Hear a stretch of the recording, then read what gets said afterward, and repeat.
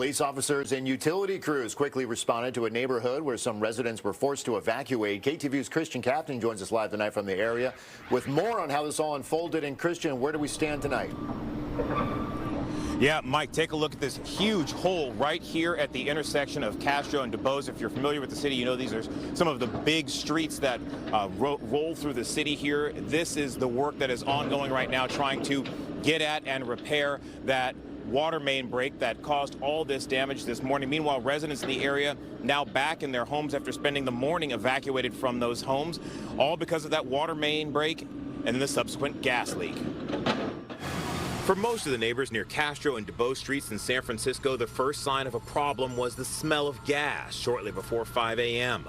Mark F. says his wife woke up to the smell filling their home. So we checked the stove, and it looked like everything was okay, and the water heater seemed okay. So I said, I'm not sure what that is, and it was just very faint. And then she woke up about an hour later coughing really bad and actually threw up from the coughing so hard. He says he learned that the gas leak may have had something to do with the water cascading down his street. It sounded like it was raining outside because of all the water rushing, and I looked out and I could see the water pumping out of the ground. And so then I walked outside and took a quick video myself, and I could smell the gas it was a very powerful smell of gas. Lenore Chin said she was awakened by a neighbor knocking on her door. She said she had to scramble to find her cats and get a relative to drive her and the cats to safety. I managed to get the cats, and then I thought, well, now what?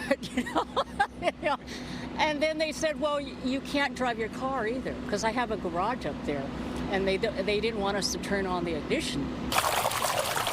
San Francisco firefighters say it all appears to have started with that water main break sometime before 5 a.m. Either a 12-inch or a 16-inch water main failed and took out a plastic 4-inch underground gas pipeline.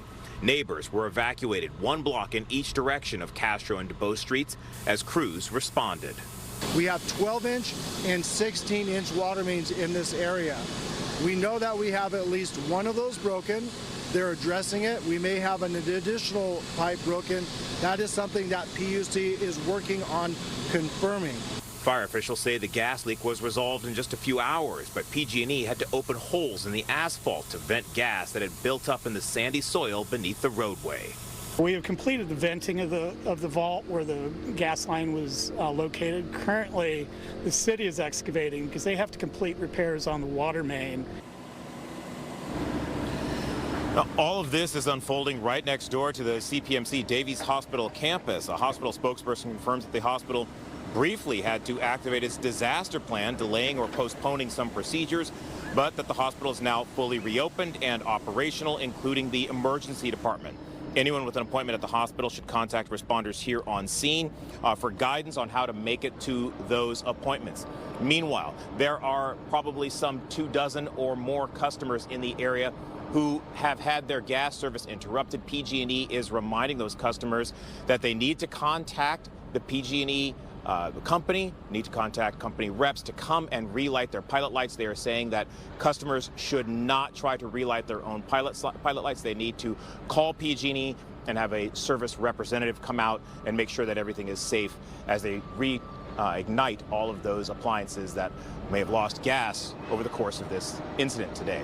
For now, we're live in San Francisco. Christian Captain, KTVU, Fox 2 News. Hey, the water main break, Christian, do you know if this is an example of just aging infrastructure, or was that 12 or 15-inch line kind of a newer line there in the city, in that neighborhood?